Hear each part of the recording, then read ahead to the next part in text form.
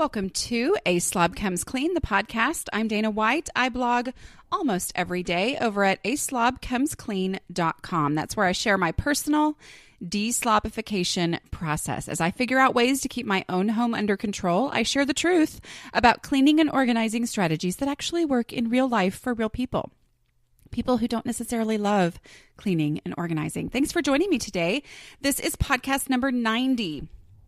And this podcast is about seasonal clothing changeover, which is a thing for some and not a thing for other people, which was kind of a surprise to me. One of those things that I have learned through slob blogging. But it is totally a thing for me, definitely. So I'm going to talk about that today because I know it's also a thing for a lot of other people. So this, also, before I get going on the content, I want to be sure that I give you a new podcast recommendation.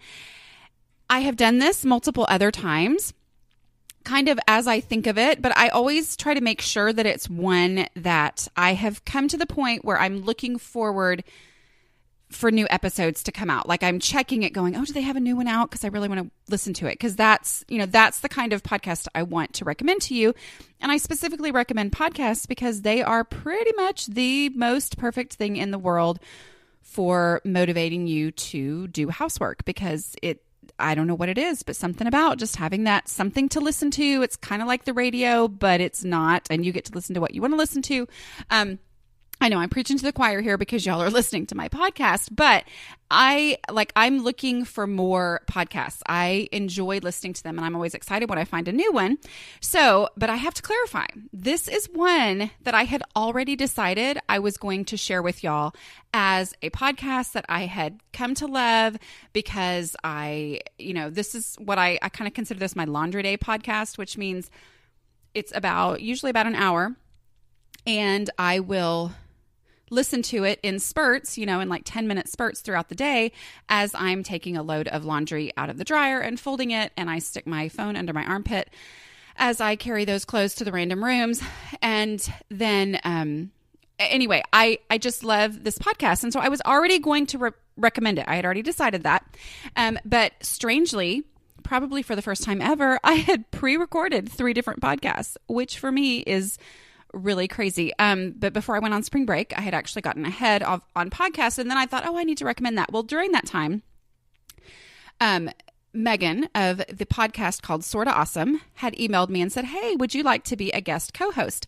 And I was like, woohoo, yay. So I'm recommending this podcast anyway, but then I'm also recommending you go listen to the episode where I got to be interviewed by Megan and got to talk with her for an hour over just all kinds of fun things. So I really enjoyed getting to do that. I was really, really excited that she asked me to do that. And I actually know that a lot of you already listened to that podcast, and I think it just goes really well. Basically, it's 2 girlfriends that talk and talk about all different sorts of things. It's very well done. That's the only thing. Don't go listen to it and then go, Dana's are so unprofessional. I can't listen to those anymore. But anyway, hers, really, it's extremely well done. She does a great job on it. She has 3 co-hosts that each do a podcast with her once a month. And then once a month, she brings in a guest co-host, which is what I got to do. So anyway, it's called Sorta Awesome. You can search that in iTunes. It's SORTA Awesome. I will also put the link in the show notes for this podcast. And the one that I'm on is episode 52, An Ode to Excessive Honesty. Yeah, she pulled that out of a quote from the podcast that I said. Okay. So we're talking about seasonal clothing changeovers, which are a thing for some people and not a thing for other people. I was really surprised at that. When I first started my blog, as you know, I didn't think anyone would want to read it. I didn't think anyone would. I mean, I hoped people would read it. I don't say that I didn't want anyone to read it. Of course I did. But I only thought people would want to read it in the same way that you cannot look away when you're seeing a train wreck or whatever. Anyway, but I just basically was, which is still pretty much what I do, just telling what I was doing. This is what I'm doing. This is how it went. This is what worked. This is what didn't work. This is me trying to figure out why some of these things are so hard for me. But, I got to the point where I was doing a seasonal clothing changeover. And so I did that. I do that basically twice a year. Once as we move into winter clothes and once as we move into summer clothes. I live in Texas. We don't have like major defined seasons the way that some places do. Honestly, we barely have winter. I mean, sometimes we'll have full on winter. Sometimes we'll have 6 inches of snow, whatever, but it's pretty rare and it's definitely not always. And 2 days after the 6 inches of snow, it may be 78 degrees, whatever. But we basically, have 2 times a year where I would change over clothes. Well, I did this and I shared about it, wrote about the post, and I was really proud of myself because I did it in one day, because it was often a multi-day process for me because it was extremely overwhelming. And what was strange to me was I started getting these comments when I would write about my, clothing changeover for the seasons saying, why do you do this? And maybe they didn't say it like that, but that's how I read it. But it was like, why do you do this? Because I don't understand. I've never changed over my clothes from season to season. I just leave them all in my closet or whatever. And that is like totally bizarre to me. But I started thinking about it. And first of all, I do it much more definitely for my children than I do for me. For me, it's kind of sorta, but it's not a real big deal, which I'll talk about in a minute. But it's not like this definite everything leaves and everything, new things go in. But for my children, basically it came down to, first of all, we didn't have room for all of our clothes because we had an excessive amount of clothing. But even once we started purging clothing and didn't have this huge excess at all times, I don't know. We're just one of those families where my kids, my boys especially, do not care. Like, they seriously don't care. I've got one now who cares about his hair and cares about how he looks. But for the longest time, they didn't care one teeny tiny bit, like at all. And so they it didn't mean anything to them to pull out a bathing suit out of their drawer and wear it to grandma's house on Christmas. I wouldn't let them do that, but it's kind of like eliminating that possibility, eliminating that argument, eliminating that having to stop and go, oh my word, what are you wearing, as we're going out to the car, and making them go back in and change. So it's basically eliminating all of that. Or they would, in the summer, put on a long sleeve flannel shirt. And that's just the kind of thing. So with kids, it really was necessary. But then, like I said, we had so many clothes that there really was not an option to have all of their clothes in their drawer at the same time. I picture in my head, those Pinterest pictures where you see a beautifully organized child's room and you see the closet and it has like multiple racks of clothing, and there are, everything is so beautifully, neatly hung up and everything. It's one of those, in my mind, those rooms that are put back to perfect every single night. Those are the people who can handle this because they're always on top of what is going on in their kids' room. For me, I'm blissfully unaware. So not so much. And we basically just have to put it all away so that we don't have disasters happen. Because another thing that will happen with my kids is if they do happen to go, oh yeah, that's not something I want to wear now, it doesn't always neatly go back into the drawer after they pull it out and then realize that that's not what they want to wear today. So it kind of all ends up on the floor, and then we've got clean clothes on the floor and blah, blah, blah. So that's basically what it comes down to. But I do also put away a lot of my own clothes just to kind of clear it out. And we'll talk, Okay. Here are some strategies that I have used in the past. For the longest time, and when I finally gave up on this idea, I had so many comments on the blog of people going, oh, I'm so glad you finally given up on this idea because it was not working. And I was like, okay. Anyway, basically, I have what I call a dish barrel. I call it a dish barrel because my mother calls it a dish barrel. And my mother is a words person and has a proper term for basically everything in your home. Do y'all say ottoman? Because I say ottoman and my husband thinks that is the weirdest thing. Basically, it's your, well, no, I can't think of another word. your footstool. It's your ottoman. Anyway.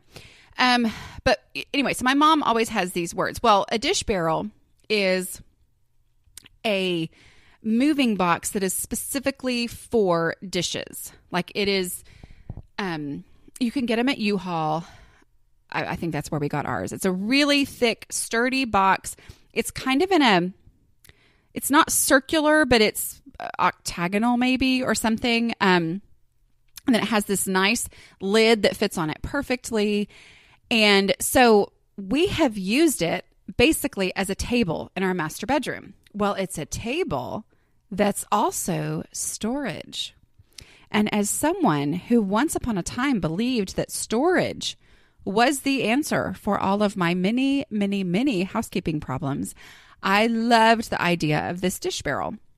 And so it has been in our master bedroom probably for 14 years, I'm thinking, because I think we got it the first time we moved out of the apartment, the time that it took the mover 7 hours to pack our kitchen. Anyway, but that dish barrel, we cover it with a tablecloth and we use it as a table. Well, it's my husband's little table where he empties out his pockets and he leaves his watch there and all that kind of stuff. And because it was this beautiful storage piece, I, for the longest time, would put my kids' off-season clothes in it. But to get to those when it was time to do the seasonal clothing changeover meant basically disassembling that table, which meant all the stuff that was normally on that table having to go somewhere else and messing that up. And, I'm not really good about finishing things completely in the moment. And so often that would get dragged out forever and ever and ever. And it just was not a good solution. So eventually I gave up on that. And I said, I'm not going to put my kids' clothes in there anymore, because every time I do this seasonal clothing changeover, it's this huge hassle and it drags on and messes up our lives. So I'm going to choose somewhere more convenient. For the record, what I now do with that dish barrel, that's a beautiful storage place, is I told my husband, hey, all that stuff that you have shoved in your closet that was his, random stuff. I said, hey, why don't you use that table in our room, because I'm not going to call it a dish barrel to him, because he will also look at me like I'm crazy, by saying, hey, that table in our room, that the kids' clothes used to be in, why don't you just store your stuff in there? And that works perfectly, because he never gets in there unless he's really in the mood to go through stuff. And then that's, way less than twice a year. And it's not so urgent as the seasonal clothing changeover. Because another thing that happens with seasonal clothing changeover is in Texas, you don't want to do it the first time that the weather is different, because, you can have a beautiful spring day and then go back to snowing, or you can have a nice warm day or whatever. But, seasonal, it's not, okay, today's the day.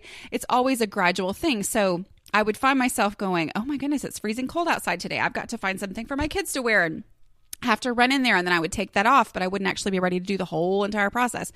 So it's a much better thing for him to store his stuff in there, which is a way of using the container concept for the other people in your home, saying, hey, put all of your keepsakes that you want to put. Here's a great space for them that's a container. So put as much as you can fit in there. Oh, that won't fit? Well, then what do you not like as well? So it's a great way to kind of use that container concept on other, to help other people to both validate that, yes, you appreciate that they have things that they love, even though you don't love them too.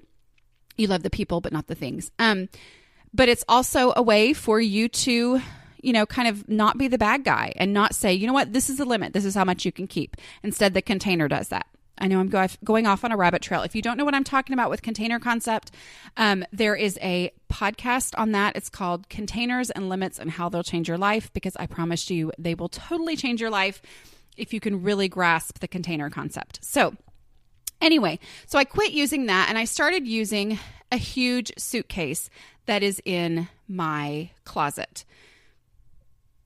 And that is mostly for my stuff. It usually ends up with a little bit of the kids' stuff. I don't know why.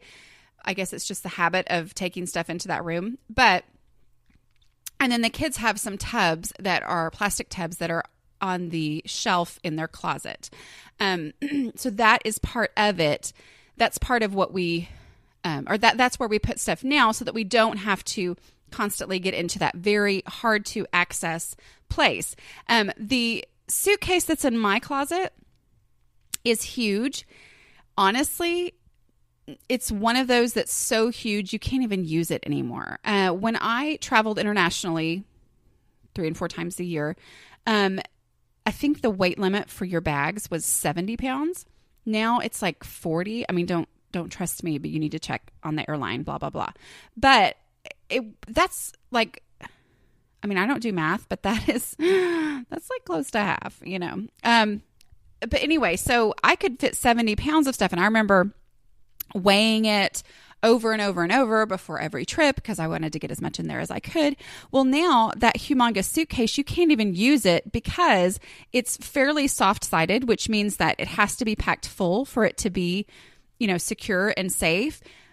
But you can't pack it full because if you pack it full, you're going to be way over 40 pounds. So it's really not usable for those reasons, but it's a great thing. It has wheels on it. I put out of season clothing and then I can drag it to wherever it is that I need to, you know, deal with things.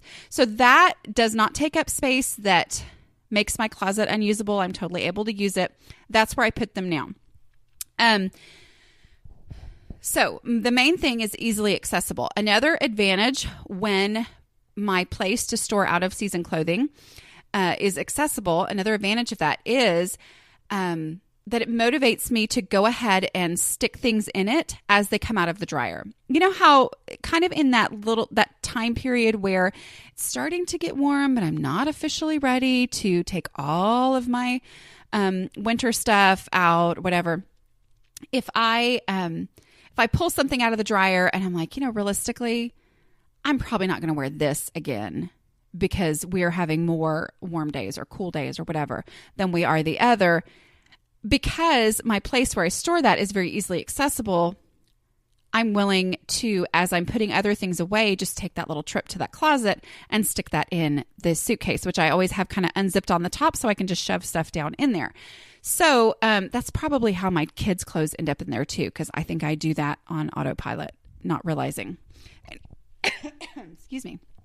Anyway, so, you know, keeping it accessible is a big deal. Another thing to remember too, is this is one of those things that happens twice a year, depending on your climate and where you live, but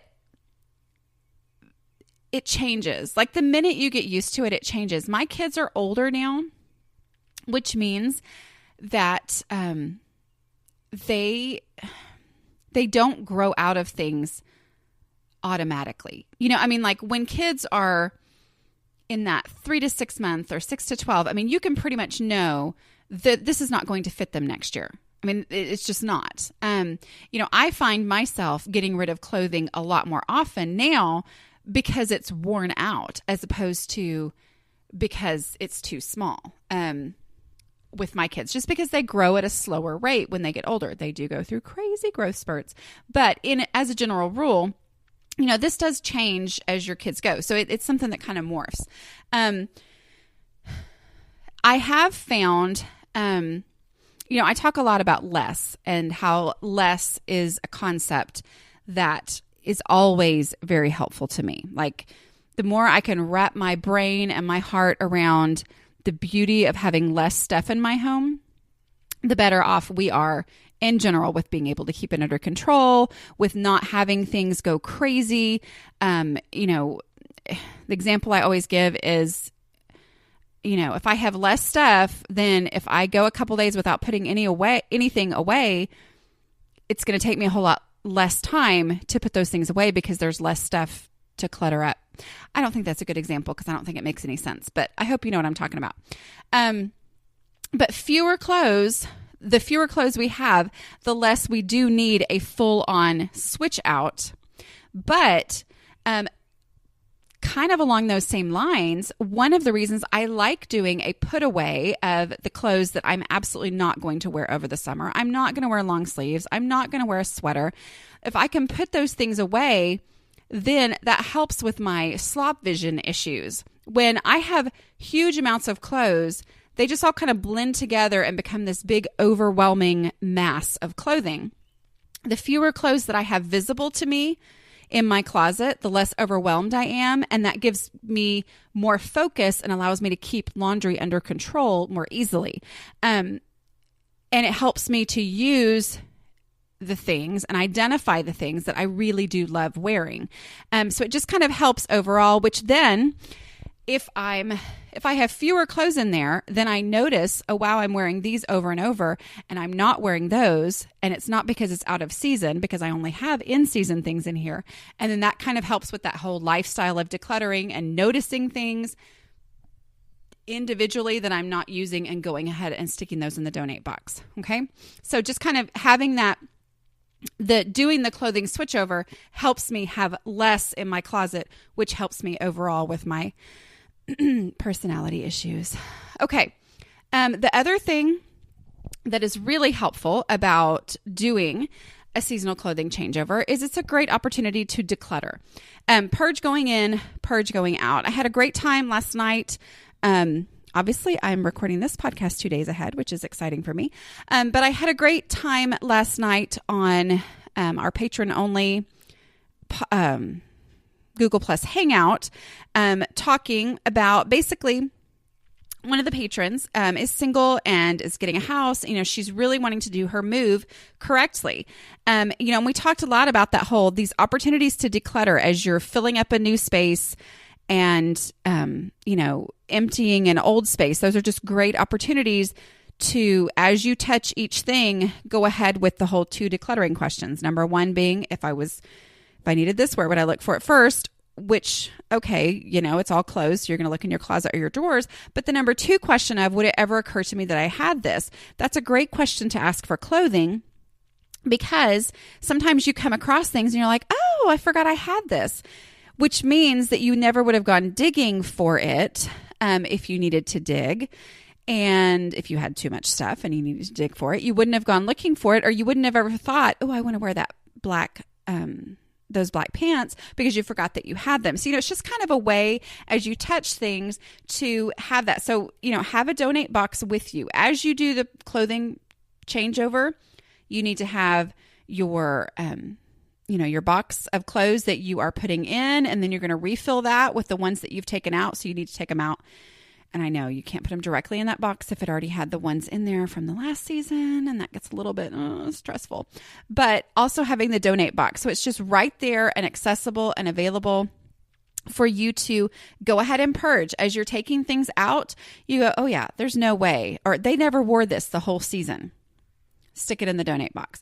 Oh, there's no way they're going to still be able to wear this because it's already just barely big enough. So go ahead and stick it in the donate box. Or yeah, whatever you say. And then as you put things in, you're going to find things that last year you made a decision about, or last season that you said, oh, I wonder if they'll still be able to wear that.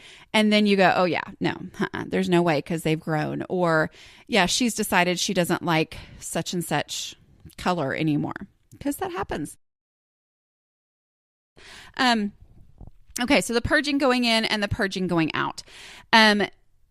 I would love to hear about your tricks for, your tricks for, my brain just completely went away, for your seasonal clothing changeover. And I would just love to hear if you do it and if you don't, and what allows you to do it. I think sometimes it has to do with the amount of available space that you have. So I have this friend, and she has a really, a very new home, and she has these closets that go, like, she has high ceilings, and these closets, the ceiling in the closet is as tall as like the whole houses. I don't know, maybe not the whole houses, but you know how, okay, if you have an attic, there's space above your ceiling. Well, her closets go even higher than the ceiling in the room. And then they have these poles, kind of like they use sometimes to get stuff in the store if something's up really high. And she just uses those poles and like switches the bar. So it's like the whole closet bar just switches.